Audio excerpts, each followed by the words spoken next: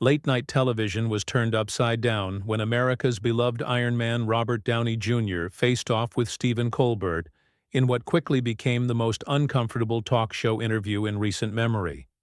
What began as routine promotion spiraled into a tense exchange that left viewers shocked, social media ablaze, and industry insiders questioning Colbert's future. The studio lights dimmed as the familiar late show theme song faded away. The audience's applause still lingered in the air when Stephen Colbert leaned forward in his chair, a peculiar glint in his eyes. Robert Downey Jr. sat across from him, relaxed in a charcoal suit, there to promote his latest environmental initiative, alongside his new film project. "So, Robert," Colbert began, his tone immediately sharper than his usual banter. "Or should I call you Tony Stark? I mean, that's basically who you are now, right? A billionaire playing at saving the world?" The audience's laughter faltered, uncertain. Downey's smile remained, but something shifted in his posture. He had faced difficult interviewers before, but there was an unusual edge to Colbert tonight. "Well, Stephen, I think we're all just trying to do what we can," Downey replied smoothly. "The Environmental Foundation is actually making real progress. With—" Right, Colbert interrupted, waving his hand dismissively. "Another celebrity pet project. Tell me, how many private jets did you take last year while telling everyone else to reduce their carbon footprint?" The studio fell silent. The cameraman exchanged glances with the floor director. This wasn't the planned line of questioning. Downey straightened in his chair. "I think there's a difference between acknowledging one's own imperfections while working toward solutions and doing nothing at all. We've actually offset—" "Offset!" Colbert laughed, the sound hollow and theatrical. "The rich person's absolution. Pay some money and your conscience is clear." The tension in the studio was palpable. Now, the audience, usually eager to laugh at Colbert's jokes, sat uncomfortably silent. Downey's publicist stood rigid at the edge of the set, her expression darkening. "Stephen," Downey said evenly, his trademark charm giving way to something more guarded. "I'm sensing there's something else going on here. Did I miss something?" Colbert leaned back, a strange smile playing at his lips. No. Just interesting how some people fail upward, isn't it? From jail to rehab to becoming the highest-paid actor in Hollywood. Quite the American dream." Gasps rippled through the audience. The low blow about Downey's well-documented past struggles with addiction, something he had overcome with grace and had been open about for years, was shockingly out of character. For Colbert. For a brief moment, hurt flashed across Downey's face before his expression hardened. 20 years ago, such a comment might have triggered a very different reaction. But the Robert Downey Jr. sitting in that chair had fought too many real battles to be baited. "Wow," Downey said softly. "You know, Stephen, I've always respected you as someone who punches up, not down. Is that what you call it when someone asks you a real question for once, instead of the softballs you're used to?" Colbert shot back, his face flushing slightly. The show's producer was now visible at the edge of the stage, making frantic cutting motions. The commercial break was still 2 minutes away. "I've done thousands of interviews," Downey replied, his voice steady. "I've answered every kind of question. But there's a difference between challenging questions and whatever this is." Colbert shuffled the cards on his desk. "Let's talk about your new movie, then. I heard the test screenings were disastrous. Care to comment on that?" Another false claim. There hadn't been any negative test screening reports. The audience murmured in confusion. Downey took a deep breath. "Stephen, I've been in this business long enough to recognize when someone's having a bad night. We all have them. But I'm not going to sit here and be a punching bag for whatever you're working through right now." "Oh, so now you're psychoanalyzing me," Colbert said with a bitter laugh. "That's rich coming from—" "Coming from what?" Downey challenged, leaning forward. "Say it." The air in the studio crackled with tension. Crew members exchanged worried glances. This was quickly becoming the kind of television moment that would live forever online. for all the wrong reasons. Coming from someone who thinks playing a superhero makes them an actual hero, Colbert finished, his voice laced with uncharacteristic venom. The audience was completely silent now. The jovial, witty host they knew seemed replaced by someone else entirely. Downey stared at Colbert for a long moment, his expression unreadable. Then he smiled. Not his usual charismatic grin, but something smaller and sadder. "You know what the interesting thing is, Stephen," he said quietly. "I've never actually claimed to be a hero. That's a projection. I'm just a guy who got a second chance and is trying not to waste it." Something flickered in Colbert's eyes, perhaps recognition, perhaps regret. But it was quickly shuttered. "Well, the audience certainly loves your redemption story," Colbert said, his tone still caustic. "Very convenient how Hollywood forgives certain people, isn't it?" The producer was now frantically signaling for an emergency commercial break, but the cameraman seemed frozen in place, capturing the unfolding disaster. "I think we've established that you have some sort of issue with me," Downey said, removing his microphone. "But out of respect for your crew, your audience, and frankly yourself, I'm going to suggest we end this here before you say something else you might regret." Colbert's expression darkened. "Are you threatening to walk off my show?" "I'm offering you an opportunity to break for commercial and collect yourself," Downey replied calmly, though the muscle twitching in his jaw betrayed his composure.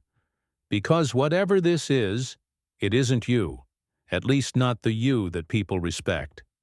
The veiled reference to Colbert's reputation struck a nerve. The host's face flushed red. "Don't pretend you know me, Downey," Colbert snapped. "Just because your PR team has crafted this perfect comeback narrative doesn't mean—" "That's enough." Downey stood abruptly, surprising everyone. The stage lights caught the tension in his shoulders, the careful control in his movements. "I came here as a professional to promote a project I believe in. I did not come here to be insulted or to have my past thrown in my face for cheap laughs." The audience erupted in supportive applause for Downey, further aggravating the visibly agitated Colbert. "Sit down," Colbert said through gritted teeth, his face now a mask of barely contained fury. "We're not finished." Downey paused, looking at Colbert with something between pity and disbelief. "Actually, Stephen, I think we are." The audience erupted in a mixture of shocked gasps and supportive applause as Downey turned to leave. No guest had ever walked off The Late Show with Stephen Colbert before. The floor director frantically signaled to cut to commercial, but Colbert wasn't finished. "That's right. Walk away," Colbert called out, rising from behind his desk. "Isn't that what you've always done when things get difficult?" Downey stopped mid-stride, the muscles in his back visibly tensed beneath his suit jacket. The studio fell into a suffocating silence. "What did you just say?" Downey asked without turning around, his voice dangerously quiet. "You heard me," Colbert replied, the venom in his voice shocking even his longtime crew members. "The great Robert Downey Jr., always with a quip and a smile until someone calls you on your—" Downey spun around, his eyes flashing. "No, let's be clear about what's happening here. You've spent this entire interview taking unprovoked shots at me, bringing up a past that I've been transparent about for decades, and questioning my character without provocation." He took 2 measured steps back toward Colbert. "So I'm going to ask you once, what is this really about?" The camera caught the subtle twitch in Colbert's jaw, the flicker of something unreadable behind his glasses. "This is about honesty," Colbert said sharply. "About cutting through the celebrity facade, your carefully crafted image. The adoring public doesn't see what happens when the cameras are off." "And you do?" Downey challenged, taking another step forward. "Tell me, Stephen, what terrible thing did I do to you? Because clearly this isn't a professional interview anymore. This is personal." The audience was utterly transfixed. Phones were raised throughout the studio, capturing every moment. Despite the strict no-recording policy, this would be viral before the episode even finished airing. 3 years ago, Colbert said, his voice slightly lower but no less intense. Charity event at the Beverly Hilton. You don't even remember, do you? Downey's brow furrowed in genuine confusion. I attend dozens of charity events every year. What specifically? You refused to take a photo with my son, Colbert interrupted, color rising in his cheeks. He waited 2 hours to meet you. 2 hours. And you brushed him off like he was nothing. Do you have any idea what that did to him? To watch his hero walk away without a second glance? Understanding dawned on Downey's face, followed quickly by a flash of disbelief. That's what this is about? A missed photo opportunity from 3 years ago? It's about arrogance, Colbert shot back. It's about the disconnect between the man who preaches second chances and doing better, and the one who can't spare 30 seconds for a 15-year-old kid who idolized him, the audience murmured uncomfortably. Several crew members exchanged glances, clearly taken aback by this revelation of their boss's motivation. Downey's publicist had now stepped fully onto the set, legal pad in hand, but he waved her off with a subtle gesture. Stephen, Downey said, his voice modulated with careful control, if I ever made your son feel dismissed or unimportant, I am genuinely sorry. That was never my intention. Save the scripted apology, Colbert snapped. I've seen the real you. Have you? Downey's eyebrows rose. Based on one interaction that I don't even recall? Do you know how many people approach me at events? Hundreds. I try my best, but I'm human. I make mistakes. Convenient excuse. It's not an excuse, it's a reality, Downey countered. And using your platform, this show, to ambush me with personal grievances instead of addressing this privately? That's not just unprofessional. It's an abuse of your position. Several audience members applauded, clearly siding with Downey. Colbert's face darkened further. Don't lecture me about professionalism when I what? Downey interrupted, a rare edge creeping into his voice. Made a mistake? Failed to live up to an impossible standard? Yes, I've disappointed people. Yes, I've fallen short. I've been open about my failures for years. What I don't do is ambush people on national television because of a personal grudge. The show's executive producer had now emerged from the shadows, speaking urgently into his headset. The band leader looked poised to start playing at any moment to force the commercial break. You think you're untouchable, Colbert said, his voice rising again. That's the problem with all of you A-listers. You forget that your actions have consequences. And what about your actions, Stephen? Downey asked pointedly. What consequences should there be for this? He gestured around the studio. For hijacking your own show to settle a personal score? The question hung in the air. Several audience members shifted uncomfortably in their seats. In the control room, executives were undoubtedly having panicked conversations about damage. Control. I'm simply asking the questions others are afraid to ask, Colbert said, but his voice had lost some of its certainty. No, Downey shook his head slowly. You're using your platform to air personal grievances. And worse, you're doing it in a way that's beneath the Stephen Colbert your viewers have come to respect. Those words seemed to land with particular weight. Something flickered across Colbert's face, perhaps the first glimmer of recognition that he had crossed a line. If I disappointed your son, I am truly sorry, Downey continued, his voice softer but no less firm. If you had reached out privately, sent an email, made a phone call, anything, I would have made it right.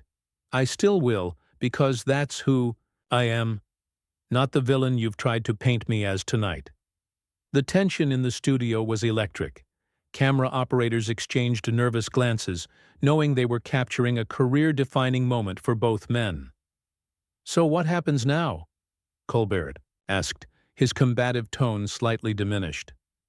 That's up to you, Downey replied evenly. We can either continue this public spectacle, or you can do what professionals do. Call for that commercial break your producer has been desperately signaling for, and we can both decide if there's a way to salvage this interview. The reference, To the producer's frantic signals caused several audience members to turn toward the edge of the stage, where indeed, the show's producer was making increasingly urgent gestures. For a long moment Colbert stood frozen behind his desk, clearly conflicted. The audience waited in breathless anticipation. The clock on the studio wall ticked loudly in the silence. "We'll take a break," Colbert finally said, his voice strained. He didn't look at the camera as he spoke. The on-air light blinked off. Immediately, a flurry of activity erupted on set.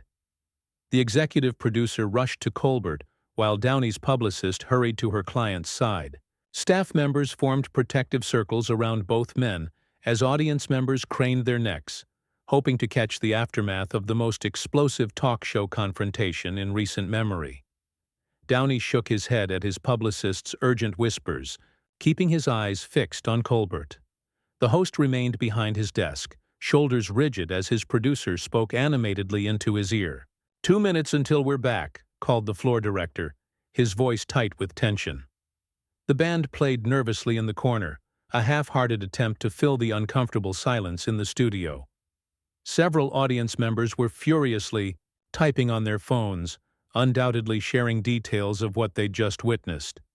Finally, Colbert stepped out from behind his desk. He walked slowly toward Downey, stopping several feet away. The murmuring in the studio died down as everyone strained to hear.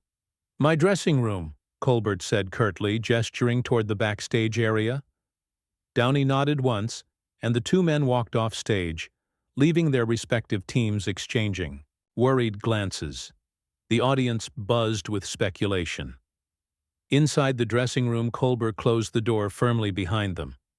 The muffled sounds of the studio faded away. For several seconds, neither man spoke. "My son has your poster on his wall," Colbert finally said, his voice stripped of its theatrical edge. "Even after that night." Downey ran a hand through his hair. "Stephen, I interact with thousands of people at those events. If I missed meeting your son, it wasn't intentional." "He waited for hours," Colbert replied, a hint of the earlier anger resurfacing. "You looked right through him." "And that justifies ambushing me on national television?" Downey asked. "Bringing up my past struggles? Making me out to be some kind of villain?" Colbert's jaw tightened. Then, unexpectedly, his shoulders sagged. "No," he admitted quietly. "It doesn't." The admission hung in the air between them. "I've respected your work for years," Downey said after a moment. "Your intelligence, your integrity. That person out there tonight? That wasn't you." "I know," Colbert said, removing his glasses and rubbing his eyes. "I've been carrying this around for too long. Watching him check your social media every day, hoping you'd respond to his comment. Seeing his disappointment. I'm sorry your son was hurt," Downey said sincerely. "But this wasn't the way to address it." "You're right," Colbert acknowledged, his voice heavy with realization. "I crossed every line tonight." A knock at the door interrupted them. "30 seconds, Mr. Colbert," called a voice. The two men looked at each other. "So what happens now?" Downey asked, echoing Colbert's earlier question. Colbert put his glasses back on, his expression resolute. "We go back out there, and I make this right." When they re-emerged on stage, the audience erupted in surprised applause. Colbert held up his hands for silence as both men returned to their seats. The on-air light flashed red. They were live. "Welcome back," Colbert said, looking directly into the camera. "Before the break, our viewers witnessed something unprecedented on this show." He paused, taking a deep breath. "They witnessed me failing to uphold the standards I've set for myself and this program." A murmur rippled through the audience. "Robert," Colbert continued, turning to his guest, "I owe you a public apology. My behavior tonight was unprofessional and inexcusable. I allowed a personal matter to influence my conduct as a host, and in doing so, I disrespected not only you, but also our viewers and the principles of honest discourse that I claim to stand for." Downey nodded slightly, his expression neutral but attentive. For those wondering what happened, Colbert continued, the simple truth is that I allowed disappointment over a missed interaction between Mr. Downey and my son to fester into resentment. Instead of addressing this privately, I ambushed my guest under the guise of an interview. That was wrong. Full stop. The studio was completely silent now, the audience captivated by this raw moment of accountability. To be clear, Colbert added, Robert had no idea why I was treating him this way. He came here in good faith to discuss his work, and I blindsided him with personal attacks. He turned to Downey. And for that, I am deeply sorry. For the first time since returning from the break, Downey spoke. Apology accepted, Stephen. We all have moments we're not proud of. Some more public than others, Colbert said with a self-deprecating grimace. True, Downey acknowledged with the hint of a smile. But what matters is what we do afterward. Colbert nodded thoughtfully. In the spirit of transparency, Robert and I had a conversation during the break. And while I'm still embarrassed by my behavior, I'm grateful for his willingness to continue this interview, the right way this time. The tension in the studio began to dissipate, replaced by a different kind of intensity. The rare sight of authentic reconciliation unfolding. On live television. So, Colbert said, straightening his notes, shall we start over? I'd like that, Downey replied. What followed was perhaps the most genuine interview ever conducted on The Late Show. Colbert asked thoughtful questions about Downey's environmental initiative, his approach to selecting roles post-Marvel, and his perspective on second chances, a topic both men now shared a unique understanding of.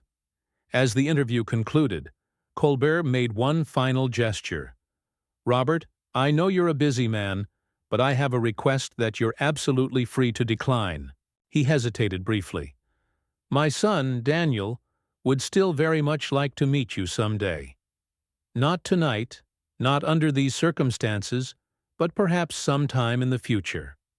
Downey smiled, a real smile this time. I think that can be arranged.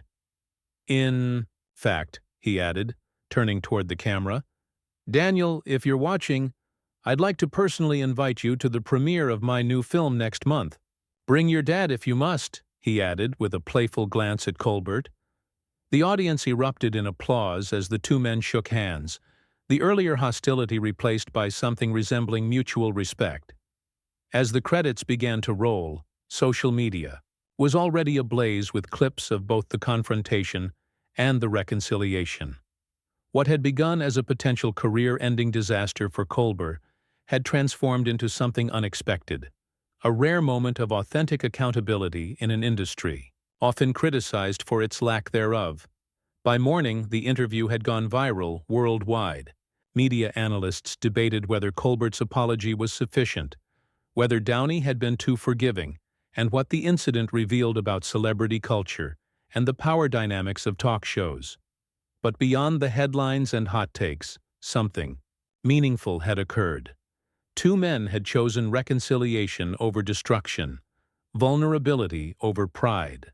In an entertainment landscape often defined by manufactured controversies, their genuine moment of human connection, messy, uncomfortable, and ultimately redemptive, would be remembered long after the next scandal took its place in the collective consciousness.